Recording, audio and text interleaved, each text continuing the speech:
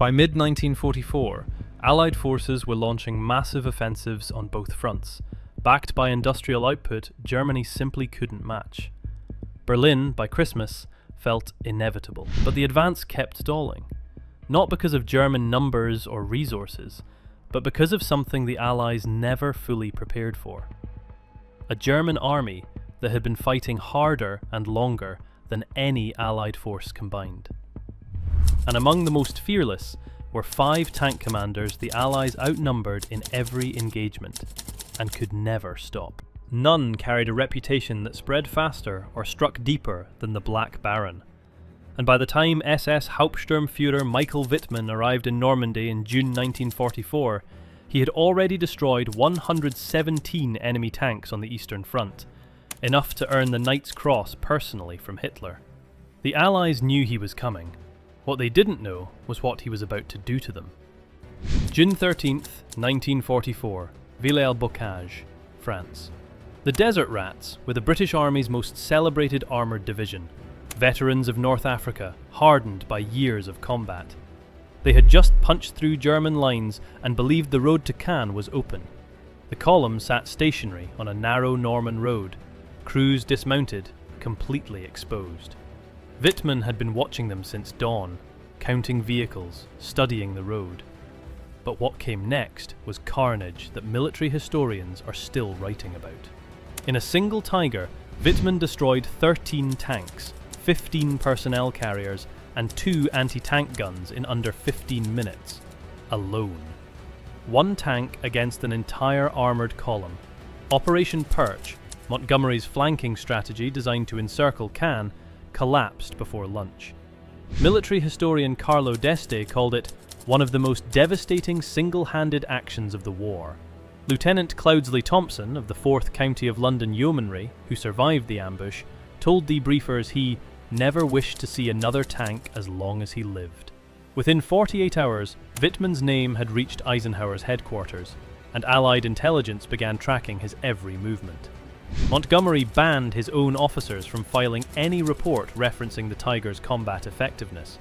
A field marshal so rattled by one man, he suppressed information across an entire army.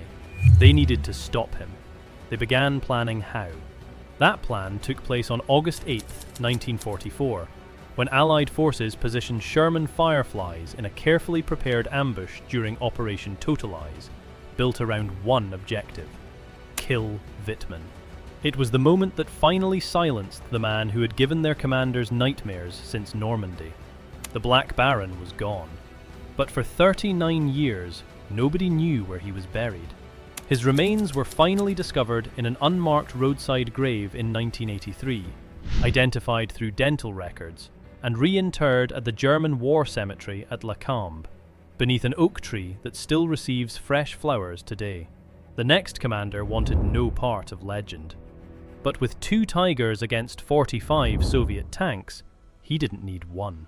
If Wittmann was the Allies' nightmare in the West, the Soviets had their own. They called him the Tiger of Malinava, and by the time Oberleutnant Otto Carius had finished with them, the Soviet Union had been forced to rethink how it fought an entire category of warfare. Not because of an army, because of one man and 2 tanks. By mid-1944, the 502nd Heavy Panzer Battalion, Carius's unit, was the only tank battalion covering 800 kilometers of front for Army Group North. 1 company, 1 man, holding a strategic gateway the Soviets desperately needed. Night after night at Narva, Soviet commanders threw wave after wave of infantry at his position. Carius later recalled it with a quiet horror that never left him. 500 to 600 died per night. They were just lying there, on the ice. It was madness. The Soviets couldn't break through, so they built something specifically designed to destroy him. The IS-2. A 122mm heavy tank whose gun could rip the turret clean off a Tiger. The Soviet Union developed and mass-produced it for one purpose: to defeat Tiger battalions like the 502nd. Marshal Zhukov formalized an entirely new national doctrine around it. Wear Tiger units down defensively, absorb the losses, then overwhelm with fresh reserves. The most powerful nation on the Eastern Front had restructured its entire armoured strategy because of men like Carius. That is what fear looks like at an institutional level. Then came Malinava. July 22nd, 1944. Soviet armour had massed at a Latvian village. IS-2s, T-34s, an entire tank battalion. Carius attacked with 2 Tigers. What followed was so one-sided, he later jumped from his turret hatch to watch. "The panic was unimaginable," he wrote. "Not a single shot was fired from a Russian tank. An entire Soviet battalion destroyed in a single day. 2 Soviet battalion commanders died there. One burned inside his tank, the other shot himself." Decades later, Russian military historians traveled specifically to find Carius. Photographs of those men in hand, demanding answers. He never lost a tank engagement. The man who dismantled an entire Soviet battalion was removed from the front 2 days later. Not by enemy armor, but by a lucky submachine gun burst while on foot. He survived the war, opened a pharmacy named Tiger Apotheka, and died in 2015, aged 92. Carius built his legend over years of war. The next commander had just 24 days, and he was a dentist. No German tank commander on the Eastern Front in 1944 was handed a more impossible task, or completed more of it than anyone had any right to expect. His name was Franz Bäke, and before the war, he pulled teeth for a living. In January 1944, Field Marshal von Manstein handed Bäke command of something that had never existed before and would never exist again. A regiment built exclusively of Tigers and Panthers, a regiment that carried one man's name, assembled for a single purpose, to smash through Soviet lines and reach 60,000 trapped German soldiers encircled at Korsun. No other formation was considered capable. Before Bäke even reached Korsun, his regiment announced itself at Balabanovka. 5 Soviet tank corps, the full armoured weight of Vatutin's First Tank Army, were intercepted on the open Ukrainian steppe. The result was so one-sided it reads like a misprint. 250 Soviet tanks destroyed, 4 German tanks lost. Manstein, not a man given to easy praise, called Bäke simply the best German tank battle group commander in the entire war. The Soviet response was immediate and revealing. General Konev rushed the IS-2 heavy tanks of the 20th Tank Corps to the exact corridor where Bäke was breaking through. The most powerful Soviet tank in existence deployed to one specific stretch of Ukrainian steppe because one German regiment was tearing through everything in its path. Soviet intelligence had reported Bäke's force as far larger than it actually was.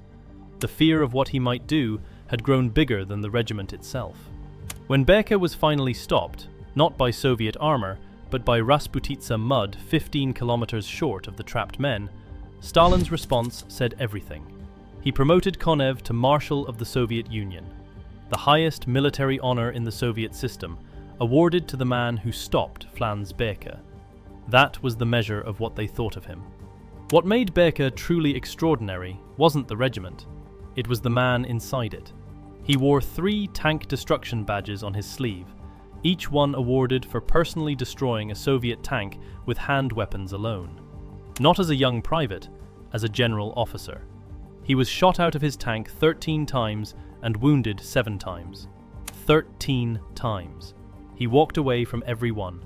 His regiment was disbanded by order on February 25, 1944, 33 days after it was created. He was never defeated in armoured combat, not once. The next commander fought alone. No regiment, no Tigers, 1 Panther, 1 Crossroads, and the Americans still couldn't explain what happened. Bäke had an entire regiment. The next man had 1 tank, 1 Crossroads, and what he did there has never been fully explained. SS Oberscharführer Ernst Barkmann arrived in Normandy in the summer of 1944 as part of the 2nd SS Panzer Division Das Reich, a Panther commander in the middle of the most important Allied offensive of the entire Western campaign. Operation Cobra had just launched. Omar Bradley had committed 8 infantry divisions, 3 armoured divisions, and an unprecedented carpet bombing campaign to break the German line southwest of Saint-Lô. The breakout the Allies had been waiting for since D-Day was finally moving. Then it met Barkmann. July 27th, 1944. Le Loiret, Normandy. Barkmann's Panther had been damaged by Allied fighter bombers the previous night and was still being repaired at dawn. By the time it was ready, his unit had moved on. He was alone, moving to rejoin his company, when retreating German infantry stopped him on a narrow bocage road. An American armoured column was approaching. Approximately 15 Shermans and support vehicles, moving fast. The rational decision was to withdraw. Barkmann moved his Panther into the tree line and waited. When the column appeared, he opened fire on the lead Sherman immediately, then hit a fuel tanker. It detonated in a fireball that sealed the road. 2 more Shermans attempting to drive around the burning wreckage were destroyed. When American forces called for air support and attempted a flanking approach through the tree line, Barkmann was already tracking them.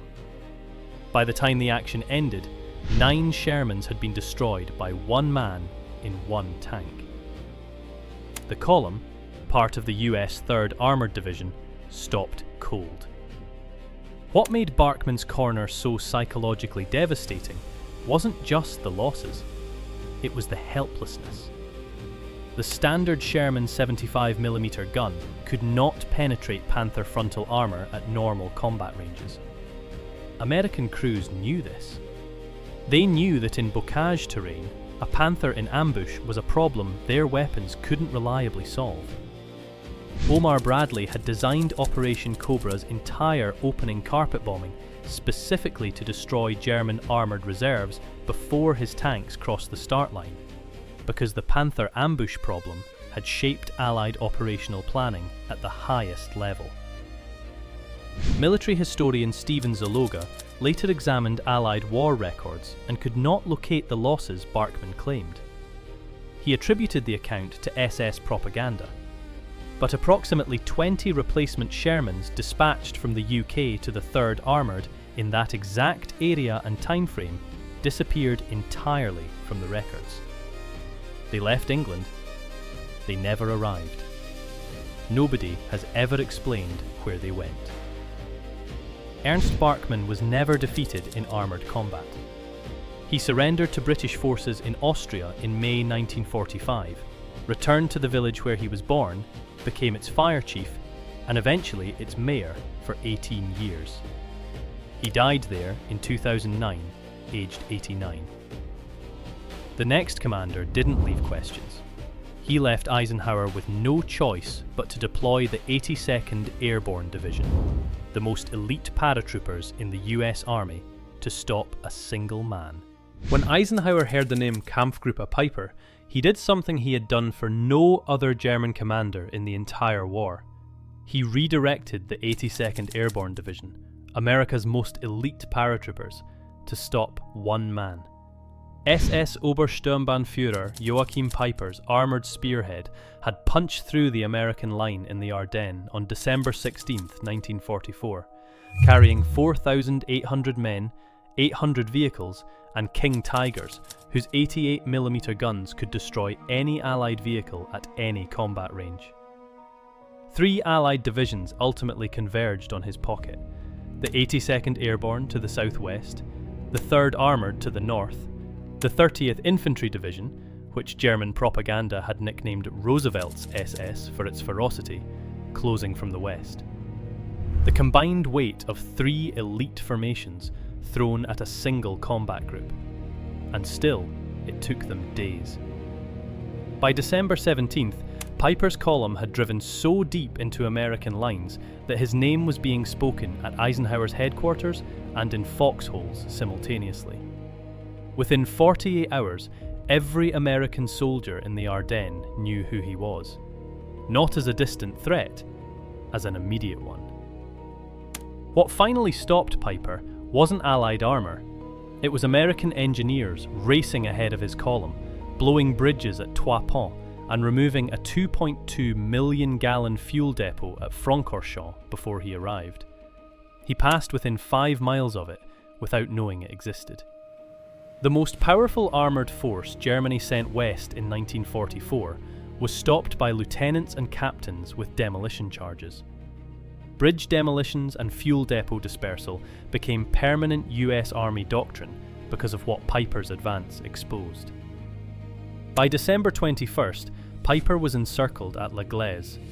Major Hal McCown, a captured American infantry officer, spent 90 hours at his side. He watched Peiper navigate frozen forests at night, 800 men so silent, McCown later wrote, "I believe we could have passed within 200 yards of an outpost without detection." He sat with Peiper through a 6-hour conversation and heard him say, while completely encircled and out of fuel, that he was completely confident of Germany's ability to whip the Allies. Before leaving, Peiper promised McCown that 130 American prisoners would be left unharmed. He kept that promise. On Christmas Eve, 800 survivors walked out on foot. 6 King Tigers, frontally impenetrable to nearly every weapon the Americans carried, were blown up by their own crews. Peiper reached German lines on Christmas Day. He was convicted of war crimes in 1946 and sentenced to death. Released in 1956, on July 14, 1976, Bastille Day, his house in rural France was set on fire.